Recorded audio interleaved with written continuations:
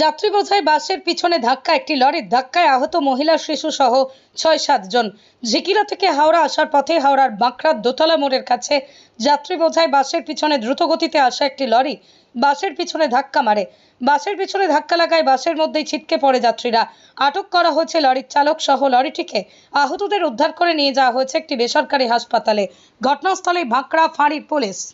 করে আসছিলাম, পেছনে লরিতে ধাক্কা মেরেছে। এবারে বাসটা দাঁড়িয়ে ছিল, প্যাসেঞ্জার নামাচ্ছিল, তার মধ্যেই লরিটা পেছন দিয়ে ধাক্কা মেরেছে। কোথা থেকে কোথায় যাচ্ছিলেন?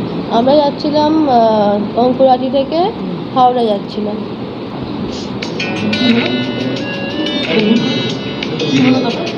ওই যাওয়ার সময় বাসটা দাঁড়ালো না, প্যাসেঞ্জার নামানোর জন্য, আর তখনই মধ্যে লরিতে পেছন দিয়ে ধাক্কা মেরেছে।